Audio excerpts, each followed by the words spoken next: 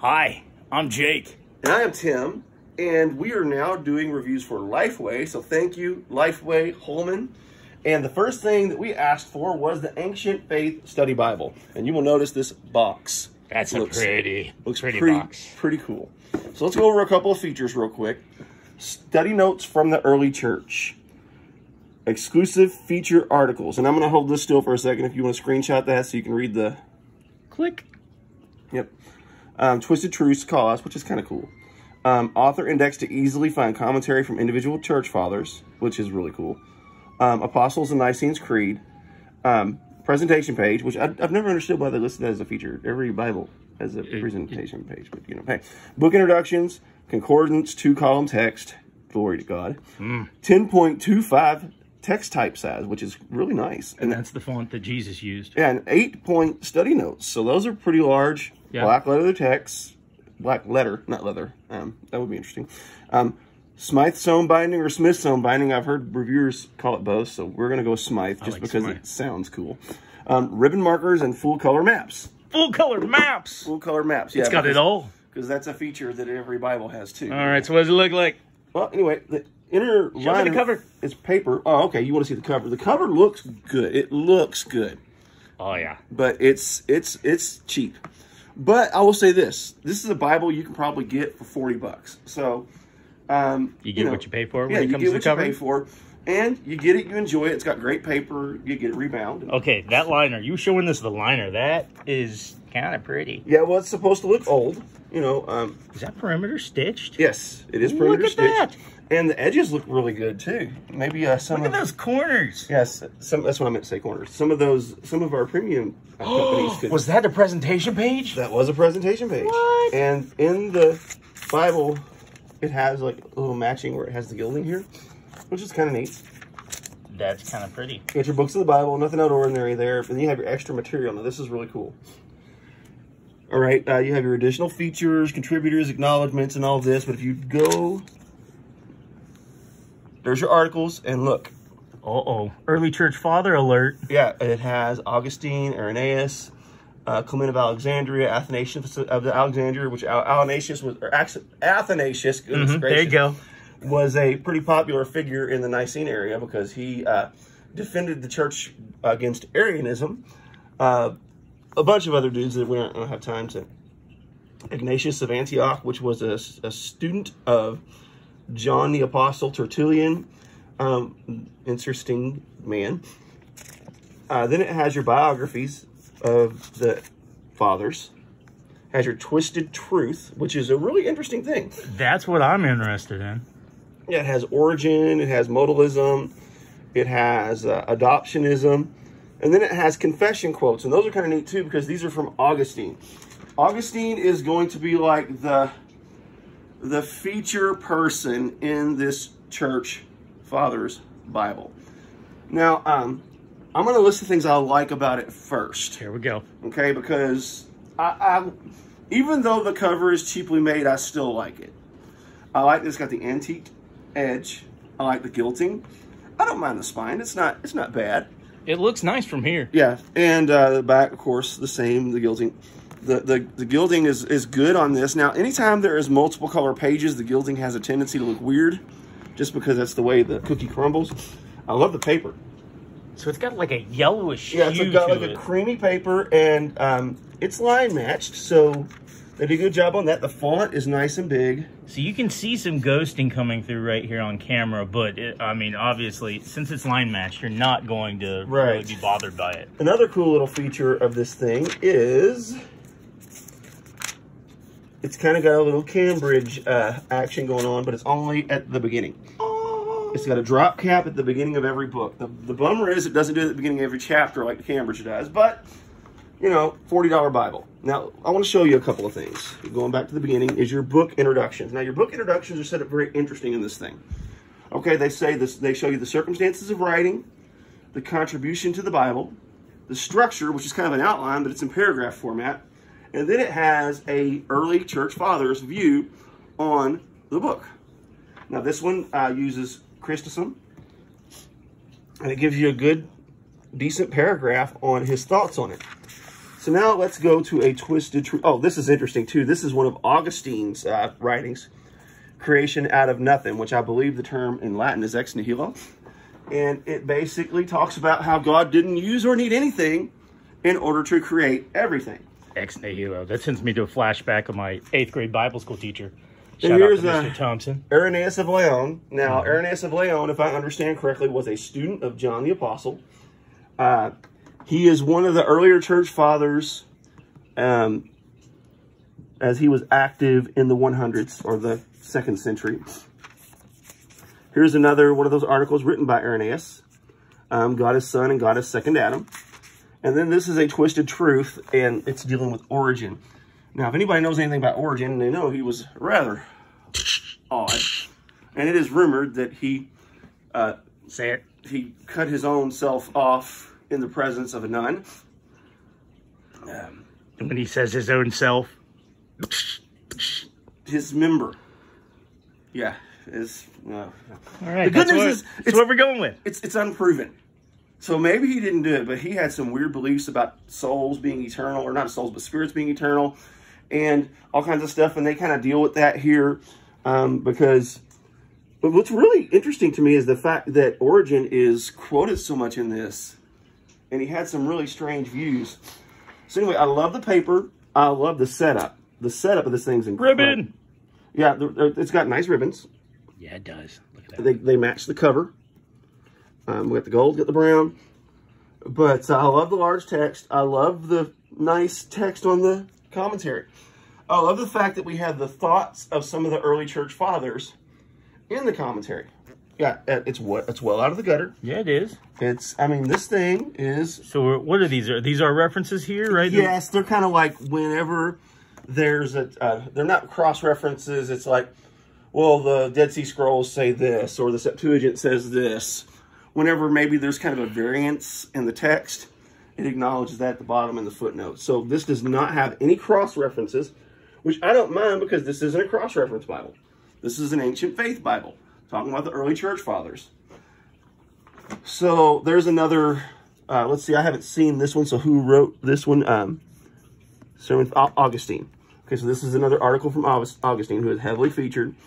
Another article, and let's see if I can quickly, this takes on Arianism, so I can't figure out who wrote. I really wish they would put the name of the church father on it right here so you wouldn't have to go back to the table of contents.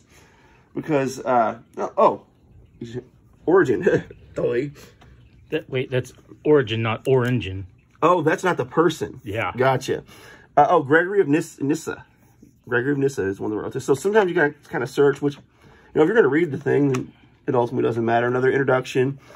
And this is on, now I'm really interesting that they included, I'm not sure how to say this guy's name. Bede or Bede. But anyway, he is like late, like 700s late. Like 700s? Yeah. Like my grandma. Sure. I don't know what to do with that. But anyhow, there is several good. This has Augustine on Revelation. Augustine wrote City of God, which I believe includes a lot of end times and Revelation interpretation. Now, is that an entire book, or what is City of God? City of God is like a volume that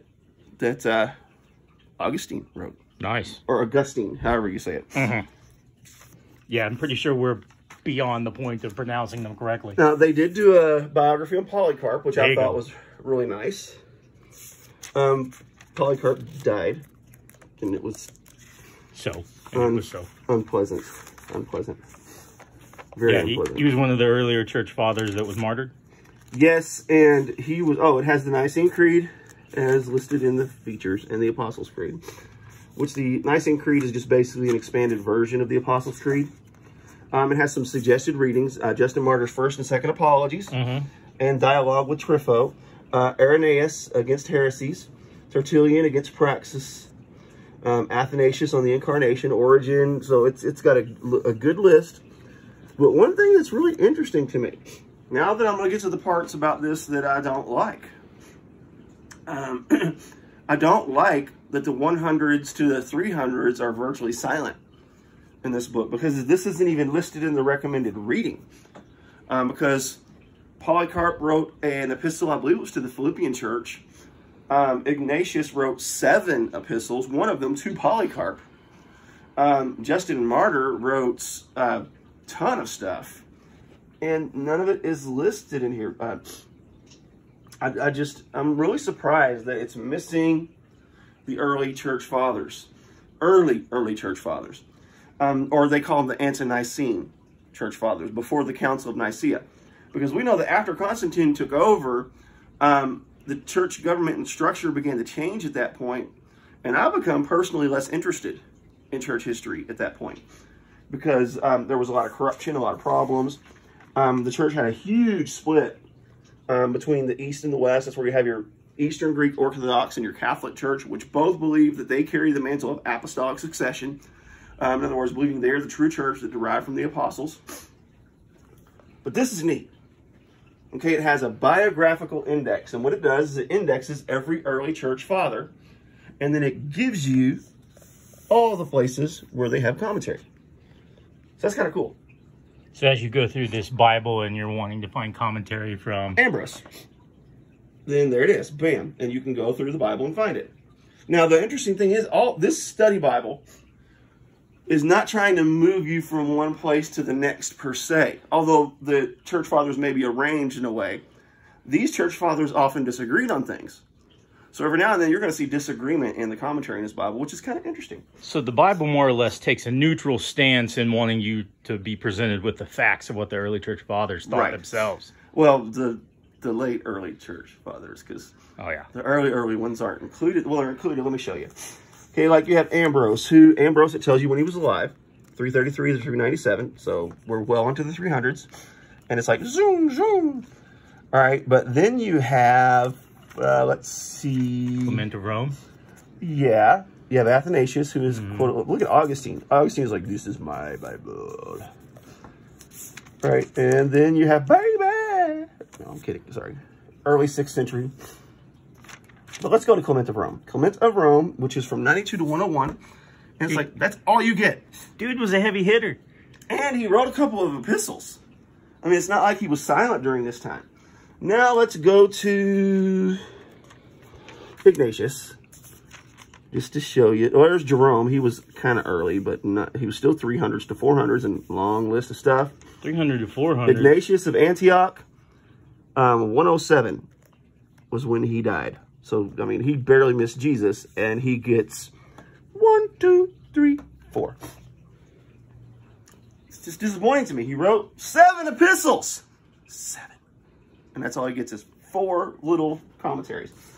And Irenaeus, Irenaeus of Leon, Bishop of Leon, and he only gets maybe a dozen, 135 to 202. So I don't understand why they did this, and it's the same with every super early church father. It's just like they don't give. Now Polycarp actually wrote the least because he was too busy trying to get martyred. Yeah. And isn't that a common theme with the early church fathers? Yes. He only gets. He gets 1 for the father. I mean, because by the time Constantine came in and made Christendom the official religion, I mean, they're not getting martyred anymore. If you get martyred, it kind of stifles your ability to write things down, right? But they wrote things down, and I think it is important that their voice is heard, since this is called an ancient faith Bible. I understand that 300 is pretty ancient, but things were already kind of getting off course at that point. We were already establishing, that's when the perpetual virginity of Mary came up. That's when the veneration of the saints came up during all this season here. And, you know, that's a very divisive issue among churches today, and the authority of the Pope started happening during this period. So there was a lot of things that were becoming controversial.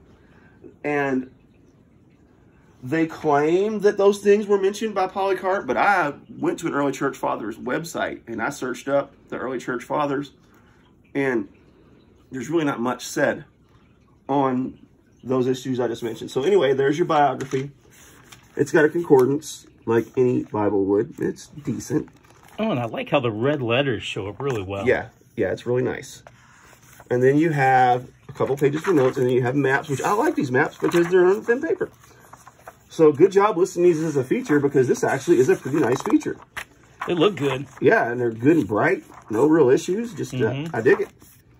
So anyway, I told you what I liked about it. I told you what I don't like about it. What I don't like about it has nothing to do with the structure.